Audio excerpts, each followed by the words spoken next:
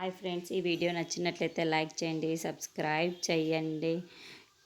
శ్రీకర్ అవనిని కలుద్దామని చెప్పేసి వస్తూ ఉంటాడు. ఇంతలో అక్కడున్న అవని మాత్రం ఎవ్వరికీ కనిపించకుండా శ్రీకర్ దగ్గరికి వస్తూ ఉంటుంది. ఏంటి శ్రీకర్ ఇప్పుడు ఇక్కడ పిలిచావు అని అడుగుతూ ఉంటుంది. ఇంతలో అక్కడున్న శ్రీకర్ మాత్రం వాళ్ళ మామయ్య కోసం శ్రియ కోసం చెప్తూ ఉంటాడు. ఏంటి మన ఇంట్లో ఆస్తి పంపకాలు ఏవో జరిగాయంట కదా, అవి మామయ్యకి తెలిసింది. మా మామయ్య నన్ను బెదిరిస్తూ ఉన్నాడు. అలాగే శ్రేయ కూడా నన్ను కొట్టింది వదిన అని అంటూ ఉంటాడు. ఆ మాటలు వినగానే అక్కడున్న అవని మాత్రం ఒక్కసారిగా షాక్ అయిపోతూ ఉంటుంది. ఏంటి ఈ ఇంట్లో జరిగిన విషయాలు మీ ఇంట్లో ఎలా తెలుస్తున్నాయి అని నాకు అర్థం కావటం లేదు శ్రీకర్ అని అంటూ ఉంటుంది. ఆ మాటలు వినగానే అక్కడున్న శ్రీకర్ మాత్రం అవును వదిన, ఏమో తెలియదు అది, కానీ ఇక్కడ జరిగిన విషయాలు మాత్రం మామయ్య గారికి తెలిసిందే. ఎలా తెలిసిందో నాకు కూడా అర్థం కావటం లేదు అని అంటూ ఉంటాడు.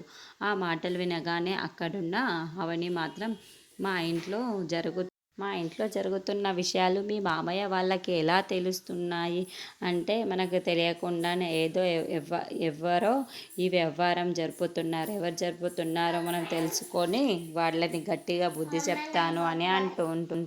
ఇవన్నీ ఎవరు జరుపుతున్నారో నేను తెలుసుకొని వాళ్ళ గట్టిగా బుద్ధి చెబుతాను అని చెప్పేసి అంటూ ఉంటుంది. అయినా ఆ రోజు ఎంగేజ్మెంట్ రోజు కూడా మనం ఇద్దరం ఆ ఇంటికి వచ్చామని ఎవరో చెప్తే కానీ మామయ్య వాళ్ళకి తెలియదు. ఎవరో చెప్తున్నారు శ్రీకర్ అని అంటూ ఎంతలో పల్లవి మాత్రం ఆ మాటలు విని అక్కడి నుండి వింటూ, ఏంటి వీళ్ళకు నా విషయం తెలిసిపోయిందా ఏమో అని అనుకుంటూ ఉంటుంది.